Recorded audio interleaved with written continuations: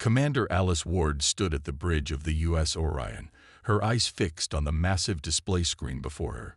The strange signals they had been tracking for the past week had finally revealed their source, a fleet of ships unlike anything humanity had ever seen before.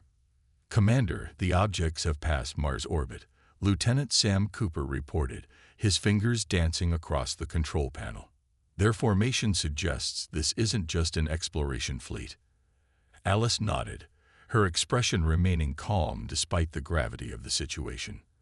After years of wondering if humanity was alone in the universe, they finally had their answer. But this wasn't the peaceful first contact they had hoped for. "Status of our defense grid?" she asked, watching as more data streamed across the screens. "All systems operational, Commander. The quantum shields are at full power, and our AI defense systems are tracking every vessel in their fleet." Sam's voice carried a hint of pride. Earth's technology had come a long way in the past few decades. The alien fleet's approach had triggered every early warning system in the solar system. 50 ships of varying sizes, their designs both beautiful and threatening, moved with precision through space. Their hulls gleamed with a metallic sheen that seemed to shift colors in the sunlight. A sudden buzz filled the bridge. "Commander, we're receiving a transmission," Communications Officer Mary Duncan announced. "It's being broadcast on all frequencies." Alice straightened her uniform. "Put it through." The main screen flickered, and an alien face appeared.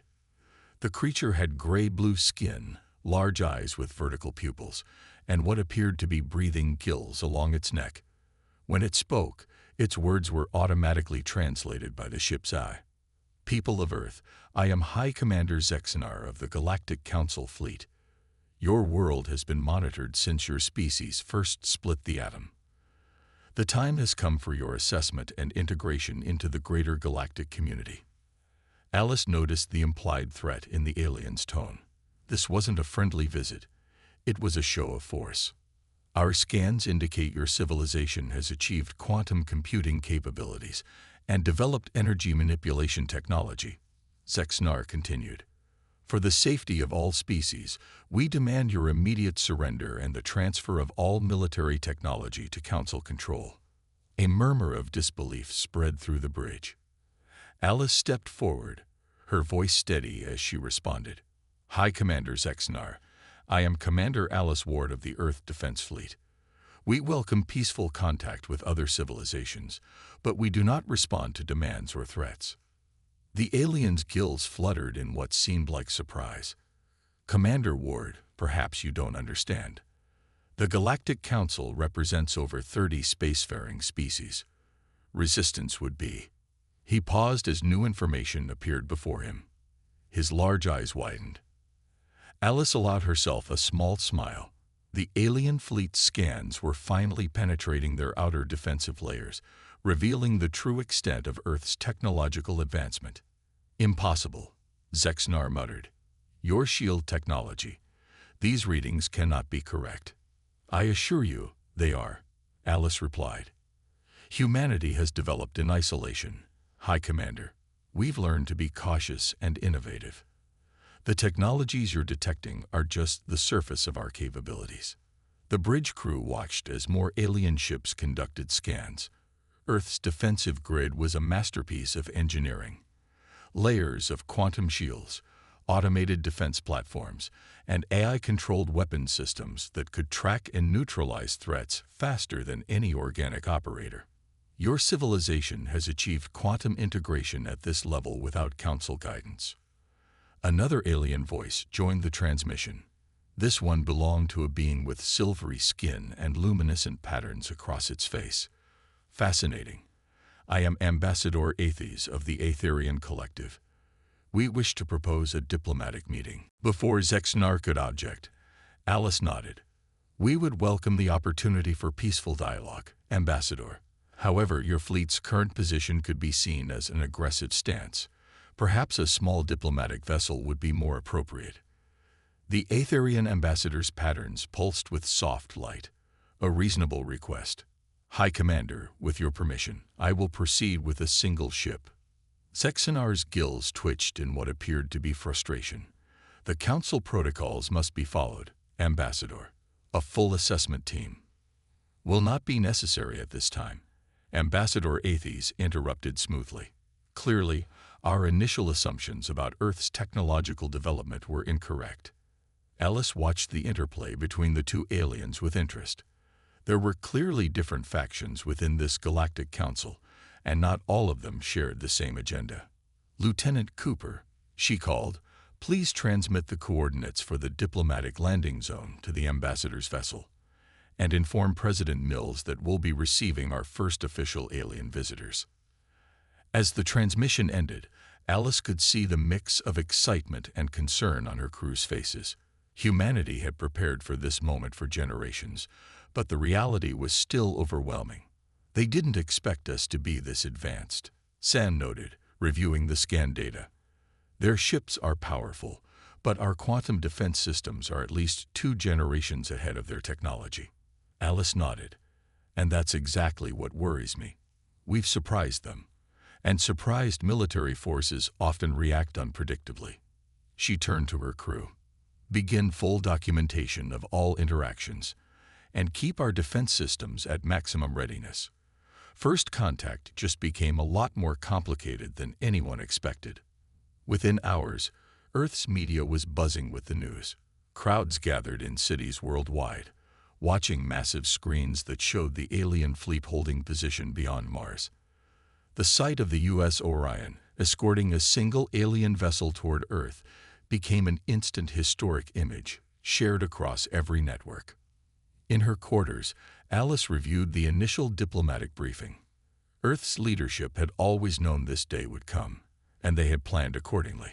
But now, looking at the actual alien vessel approaching Earth, she couldn't help but wonder if they were truly ready for what came next. The ship's AI interrupted her thoughts. Commander, preliminary analysis of their fleet's capabilities is complete. Would you like to review the findings? Go ahead, she replied, settling into her chair. Their technology appears to focus on brute force approaches, large energy weapons, traditional shields. They have no equivalent to our quantum computing systems or our phase shift technology. Their fastest ships are approximately 40% slower than our current generation of vessels. Alice absorbed this information thoughtfully.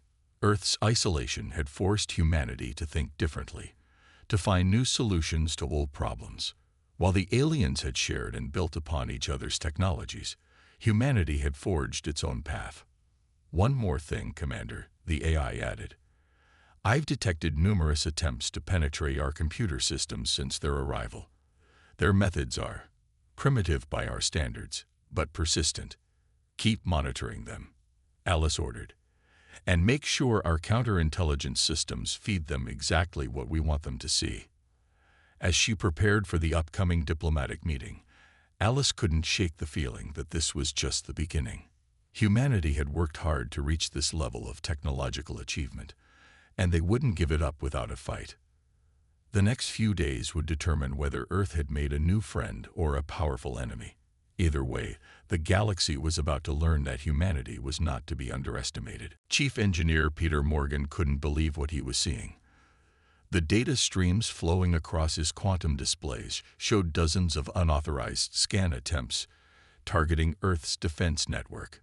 He had expected the aliens to be curious, but this went far beyond simple interest. Computer, track the source of these intrusion attempts, he ordered, his fingers moving quickly across the holographic controls in his lab aboard the U.S. Orion. Multiple sources detected, the AI responded. Primary origin appears to be the Sexthar vessels, with secondary attempts from 3 other ships in the Council fleet. Peter ran his hand through his graying hair and reached for his communication device. Morgan to Commander Ward. We have a situation. In the diplomatic conference room, Laura Bennett was doing her best to maintain a peaceful dialogue with the alien representatives. As head of Earth's diplomatic corps, she had trained for years for this moment, but the reality was proving more challenging than any simulation. Ambassador Aethes, she said, addressing the silvery-skinned alien, We appreciate the Council's interest in Earth's technological developments. However, we must decline your request for direct access to our quantum computing facilities." The Aetherian's bioluminescent patterns shifted to a concerned purple hue. "We understand your caution, Director Bennett. However, High Commander Zexnar raises valid security concerns about unmonitored quantum technology development." Valid concerns. Laura kept her voice calm despite her frustration. "Like the dozens of unauthorized scans and system intrusion attempts we've detected since your fleet's arrival." The accusation caused a stir among the alien delegates. High Commander Zexnar's gills flared in what humans had learned was a sign of agitation. "Such security measures are standard Council protocol," he stated firmly. "Unaligned worlds must be properly assessed before." The meeting was interrupted by Commander Ward's entrance. "Excuse me, Director Bennett, but we have an urgent security matter to discuss." Laura noticed the tension in Alice's stance. "Very well. Ambassador, Commander, shall we take a brief recess?" Once the aliens had left the room, Alice quickly shared Peter Morgan's findings. "They're not just scanning our defenses anymore. We've detected attempts to access our main quantum network, and there's more. Several unauthorized probes have been launched toward our outer colonies." Laura's diplomatic mask slipped slightly. "They're testing our boundaries. The Zexthar especially. They seem almost obsessed with our level of technological advancement." "It's worse than that." Peter Morgan's voice came through the room's comm system. "I've analyzed their scan patterns. They're mapping our entire defense grid, looking for weaknesses. These aren't the actions of a peaceful diplomatic mission." Back in the Council fleet, High Commander Zexnar was having his own urgent meeting. The humans' quantum technology represents a severe threat to Council stability, he argued to the assembled alien leaders. Their advancement rate is unprecedented. If left unchecked, they could surpass our combined technological level within decades. Ambassador Aethys' patterns flashed with concern. "The humans have shown no hostile intent. Their defensive capabilities are impressive, yes, but precisely why we must act now, while we still can," Zexnar interrupted. "I am invoking Emergency Protocol 17. The human quantum technology must be brought under Council control." On Earth, President Catherine Mills listened grimly to the latest intelligence briefing. The alien fleet had begun subtle repositioning maneuvers, spreading out in a pattern that military analysts found worryingly familiar. "They're preparing for possible military action," Alice explained, pointing to the tactical display. "Our AI predictive systems give it an 82% probability." "And our defenses?" the President asked. Peter Morgan stepped forward. "We've upgraded our quantum shields to counter their scanning frequencies. They think they've mapped our capabilities, but they're seeing what we want them to see. Our real defensive capabilities are significantly higher." "There's something else," Laura added. "The Aetherians and several other Council species seem uncomfortable with the Zexthar's aggressive stance. We might be able to use that to our advantage." President Mills stood by the window of her office, watching the distant glint of alien ships visible in the night sky. "How many of our outer colonies have reported sabotage attempts?" 3 so far, Alice replied. "All thwarted by our automated defense systems. The attempts were clumsy, almost like they expected our technology to be much more primitive." "Their arrogance is their weakness," Peter noted. "They can't believe that we developed our technology independently. They think we must have stolen it or discovered ancient artifacts. The idea that we simply innovated differently than they did seems impossible to them." The President turned back to her advisors. "Deploy the Ghost Fleet." Alice smiled slightly. The Ghost Fleet was Earth's ace in the hole. Ships equipped with experimental phase shift technology that made them virtually invisible to conventional sensors. Even now, dozens of these advanced vessels were taking up strategic positions throughout the solar system, undetected by the alien fleet. Meanwhile, in his lab, Peter was making a disturbing discovery. "Commander, I've decoded some of their secure communications, he reported. The Zexthar are calling for military action under something called Emergency Protocol 17. They're trying to frame Earth as a threat to galactic stability. Laura immediately grasped the implications. They're building a legal framework for military intervention. Classic manipulation of council laws to justify aggression. President Mills's response was immediate. Initiate Defense Plan Delta. And send a message to Ambassador Ethis. Private channel only. Let's see if our peaceful friends in the council are willing to stand up to the Zexthar. As Earth's military forces quietly moved to high alert status, the alien fleet continued its subtle deployment. But they weren't the only ones preparing for conflict. In secret facilities across the solar system, humanity's most advanced weapons were being readied. Quantum-linked drone swarms, phase-shift torpedoes, and AI-controlled defense platforms that could think and react faster than any organic gunner. They have no idea what they're walking into, Peter told Alice as they reviewed the latest defense preparations. Their entire tactical doctrine is based on overwhelming force and superior numbers. They've never faced an enemy that could think faster than they can act. Alice nodded, watching the tactical displays. Let's hope it doesn't come to that. But if it does, she left the thought unfinished.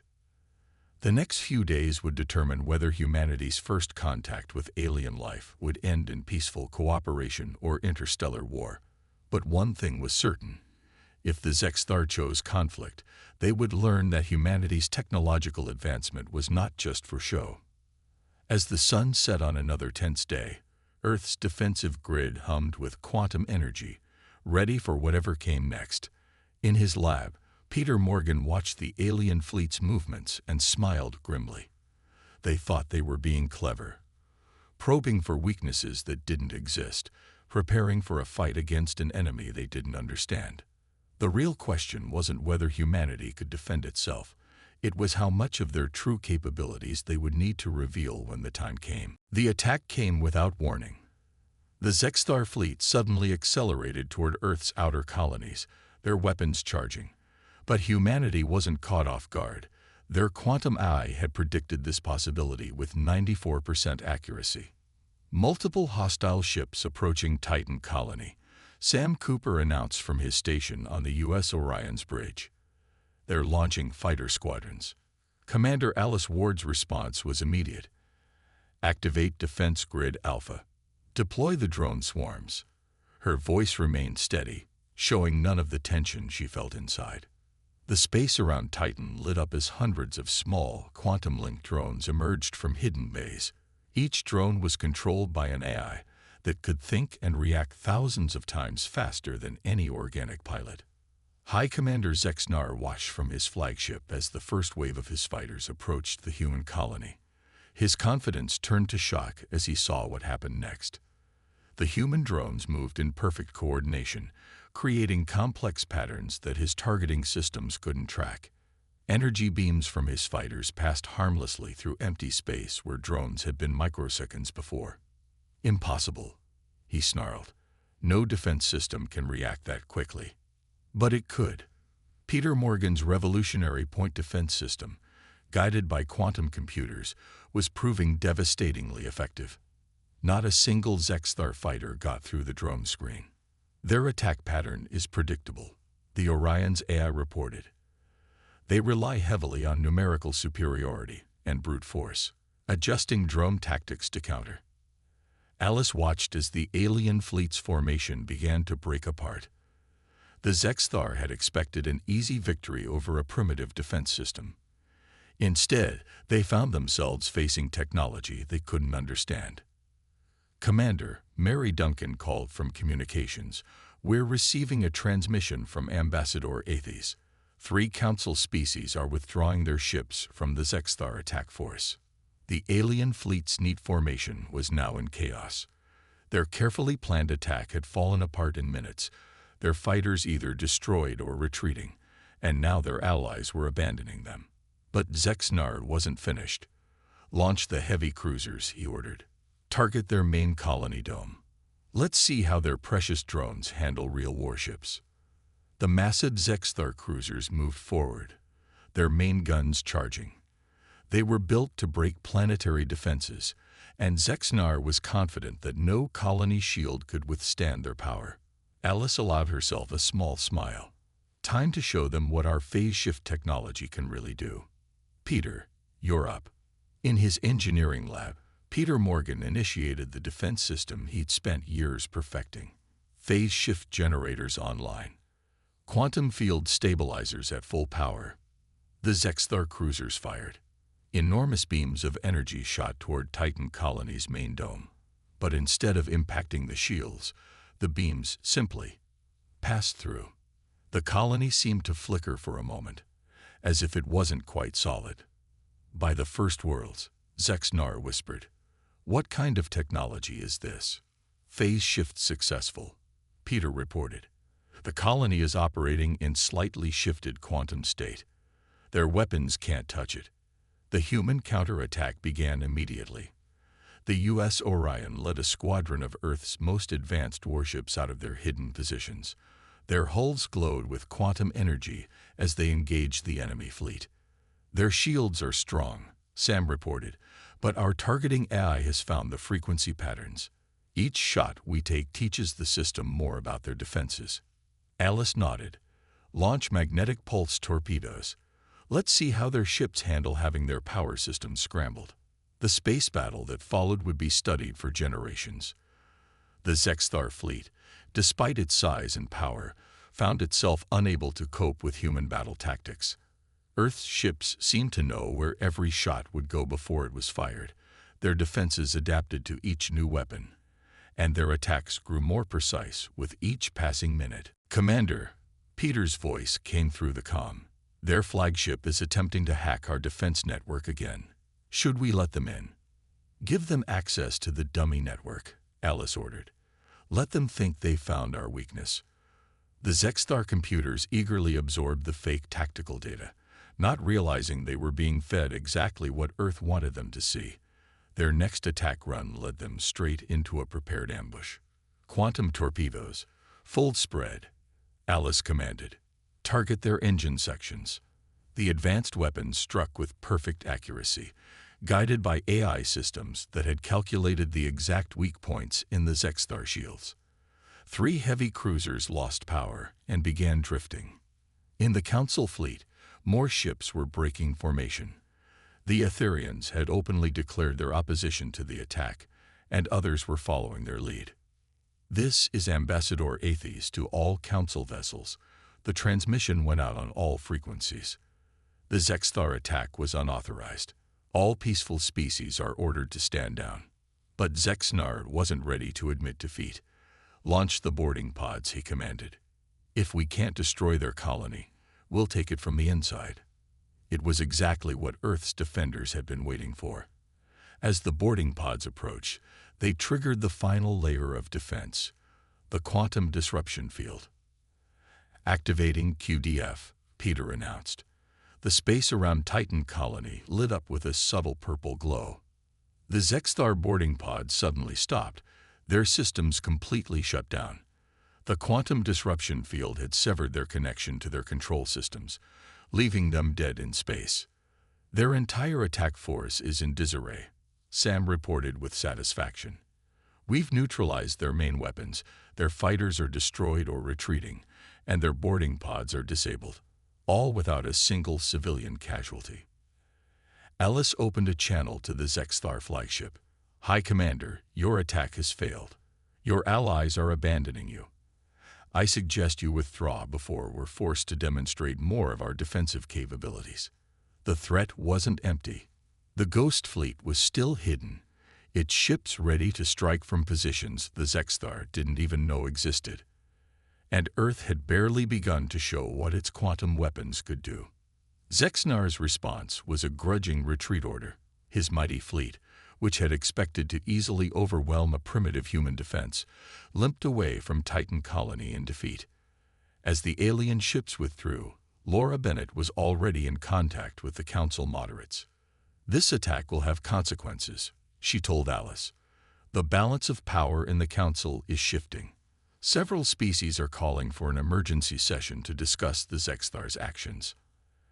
Alice watched the tactical display as the enemy fleet retreated.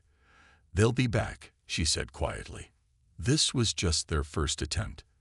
They won't accept defeat so easily." "Let them come," Peter replied confidently. "Every attack teaches our eye more about their capabilities.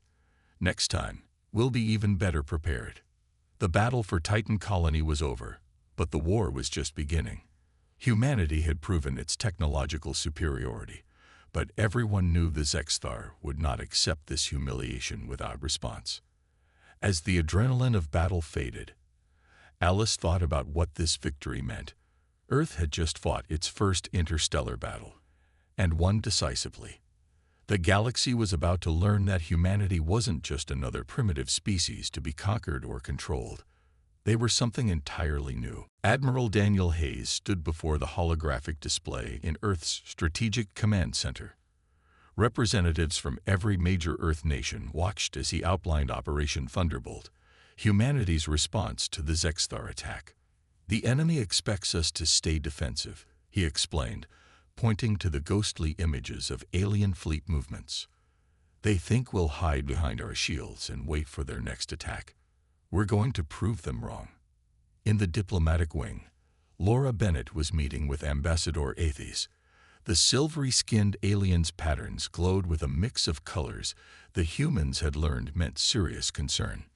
"The Zexthar are gathering reinforcements from their core worlds," the ambassador said. "But their defeat at Titan has changed things. 7 more council species have withdrawn their support." Laura leaned forward. "What can you tell us about their command center?" The ambassador's patterns shifted to a deep blue. "It's in the Proxima system. They chose it because they thought it was safely out of your reach." There was a pause. They were wrong about that too, weren't they? On the U.S. Orion, Commander Alice Ward reviewed the battle plans with her crew. The ship's quantum eye had processed thousands of possible scenarios, creating a strategy that would use every advantage Earth possessed. "The Ghost Fleet will lead the attack," she explained. "The Zexthar still don't know about our phase shift technology. They won't see us coming until it's too late." Peter Morgan's voice came through the comm system. "The new drone swarms are ready. We've upgraded their quantum links. They'll be able to coordinate attacks across an entire star system now." In space, Earth's counterattack began with invisible ships slipping through the void. The Ghost Fleet, led by the U.S. Orion, moved silently toward the Zexthar staging area. Each ship was slightly out of phase with normal space, completely invisible to conventional sensors. "Enemy fleet holding position," Sam Cooper reported from his tactical station. "Their sensors show nothing but empty space." Alice nodded. "Launch the drone swarms. Let's remind them why they shouldn't have attacked Earth." Thousands of small, controlled drones emerged from the Ghost Fleet's launch bays. They moved in perfect formation, their quantum computers coordinating their actions with impossible precision. The first sign of attack the Zexthar had was when their outer defense platforms suddenly exploded. Drones appeared from nowhere, striking with surgical precision before vanishing again. "Multiple targets neutralized," Sam reported with satisfaction. "Their defense grid is falling apart." In his flagship, High Commander Zexnar raged at his subordinates. "How are they doing this? Where are their ships?" The answer came in the form of Earth's Ghost Fleet suddenly appearing in the heart of his formation. The human ships shifted back into normal space, their weapons already firing. "Target their command and control systems," Alice ordered. "Don't let them coordinate their defense." The battle that followed was unlike anything the galaxy had ever seen. Earth's ships seemed to appear and disappear at will, striking from impossible angles. The drone swarms moved like living things, adapting instantly to every Zexthar counterattack. "Their flagship is attempting to escape," Sam reported. "They're charging their jump drives." Alice smiled. "Not this time. Peter, show them our latest surprise." From his engineering station, Peter activated the quantum disruption field. The space around the Zexthar ships shimmed with purple energy, and their jump drives sputtered and died. "What is this technology?" Zexnar demanded over an open channel. "How can you block our jump drives?" "The same way we defend our colonies," Alice replied calmly. "You should have studied us more carefully before you attacked. Humanity doesn't develop technology the way your species do. We think differently." The battle turned into a rout. Without their ability to escape, the Zexthar ships were trapped. One by one, their weapons were disabled by precise drone strikes. Their shields fell to quantum torpedoes that seemed to ignore the laws of physics. "Admiral Hayes," Alice reported, "the enemy fleet is neutralized. Their command center is at your mercy." In the Strategic Command Center, Hayes watched the battle's end with grim satisfaction. "Begin boarding operations. It's time to show the Zexthar exactly who they picked a fight with." Earth's Marines, equipped with powered armor and AI-assisted combat systems, reached the Zexthar Command Center. They moved through the alien corridors like ghosts, their quantum shields making them nearly invulnerable to enemy weapons. High Commander Zexnar was found in his command room, still trying to rally his forces. The sight of human Marines walking through his best defenses, as if they weren't there, finally broke his arrogance. "How?" he demanded as they took him into custody. "How did your species advance so far without council guidance?" "Because we had to," one of the Marines replied simply. "We thought we were alone in the universe. Everything we built to survive." Back on the Orion, Alice received reports from across the battlefield. The Zexthar fleet was completely defeated. Their command center was under Earth control, and more importantly, the entire galaxy had witnessed their fall. Message from Ambassador Aethes, Mary Duncan announced. "The Council is convening an emergency session. They're voting to remove the Zexthar from their leadership position." Laura Bennett's voice joined the conversation. "This changes everything. The balance of power in the galaxy is shifting. Earth isn't just a new player anymore. We're a major power." Peter Morgan's analysis confirmed their victory. "Their technology is decades behind ours in key areas. They relied on brute force because they never needed to innovate. They never faced an enemy that could think faster than they could." Admiral Hayes addressed all Earth forces. "Operation Thunderbolt is a success. The Zexthar threat has been neutralized. But stay alert. We're not just defending Earth anymore. We're showing the galaxy that humanity isn't to be underestimated." In the aftermath of the battle, Alice walked through the Orion's corridors, thinking about what this victory meant. Earth had done more than defend itself. It had proven that human innovation and thinking could overcome even the most established galactic powers. "Commander," Sam called out, "you should see this. Ships are arriving from all over the Council space. They're not Zexthar vessels. They're diplomatic ships. Everyone wants to talk to Earth now." Alice wasn't surprised. The galaxy had just witnessed something unprecedented, a single world defeating one of the most powerful military forces in known space. Earth's quantum technology, AI systems, and phase shift capabilities had changed the game forever. "Send word to Earth," she ordered. "Tell them to prepare for a lot of very interested visitors." The galaxy just got a lot more interesting.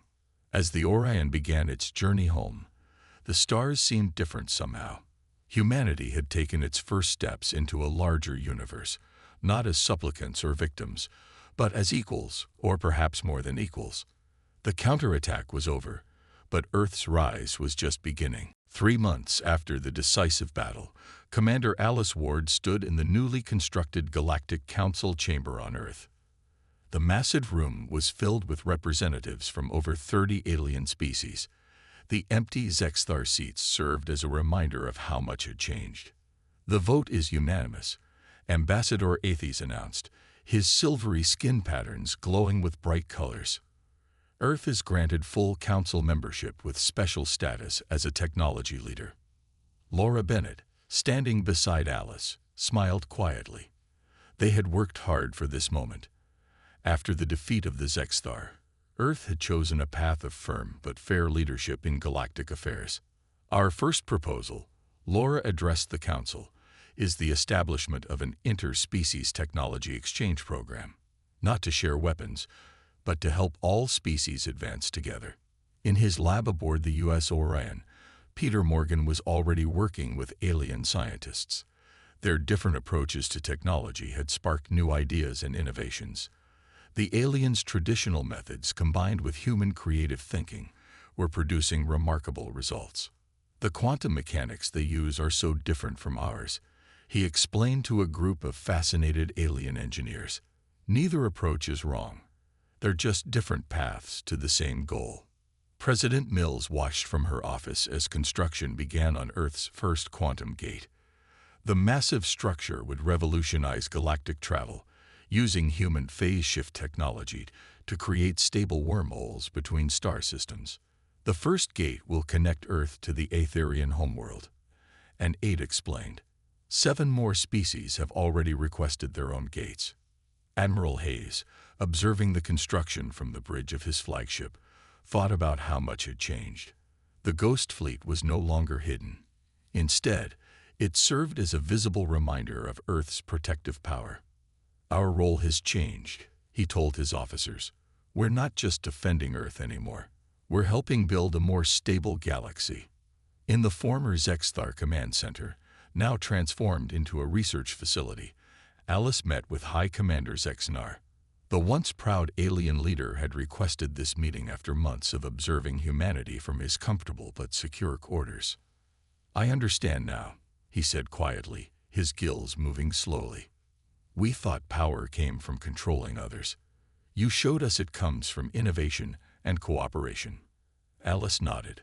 That's why we're offering your people a chance to rejoin the Council, not as rulers, but as equals.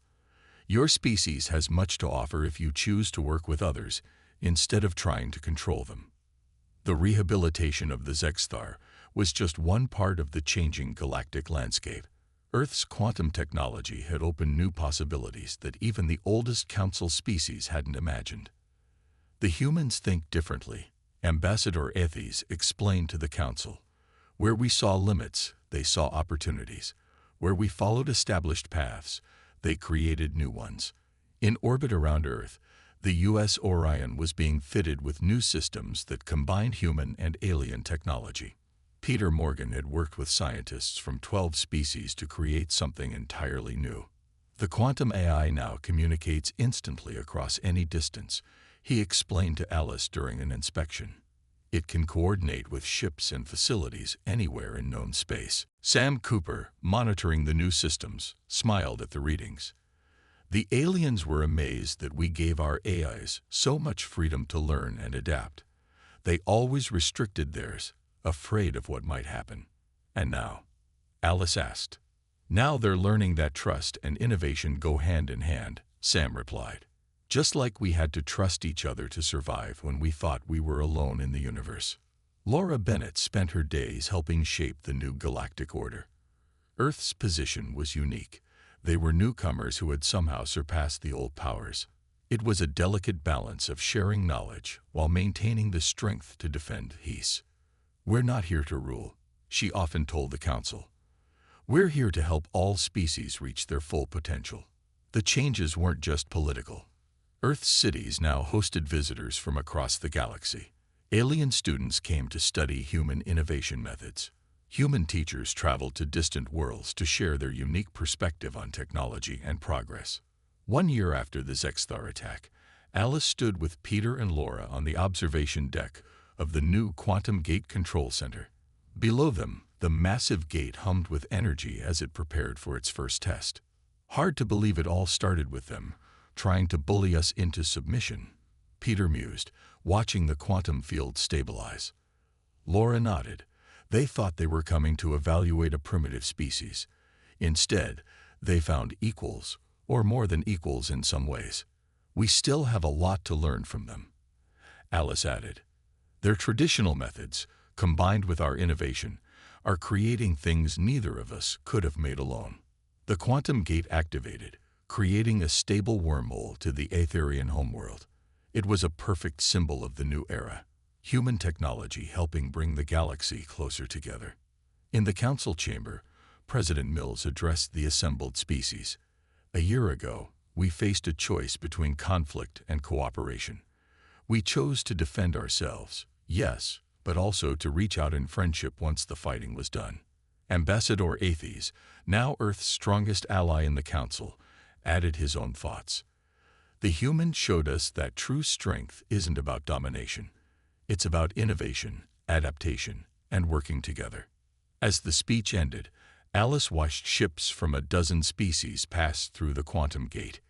Each one carried scientists, diplomats, and learners. Earth had become more than just another world in the galaxy. It was a symbol of what was possible when intelligence and innovation were allowed to flourish freely. What do you think the future holds? Laura asked her friend. Alice smiled, watching the steady stream of ships. More surprises, probably. We've only begun to explore what's possible when different species work together instead of against each other. The quantum gate's light reflected off the Orion's hull, making the ship seem to glow. It was no longer just a warship. It was an explorer, a defender, and a symbol of humanity's new role in the galaxy. Ready for our next mission? Peter asked, joining them at the window. Always, Alice replied. There's a whole galaxy out there, and thanks to our quantum gates, it's getting smaller every day. The stars seemed brighter somehow, full of promise and possibility. Humanity had not only survived its first contact with alien life, it had thrived, turning potential enemies into allies and reshaping the galaxy in the process. It was just the beginning.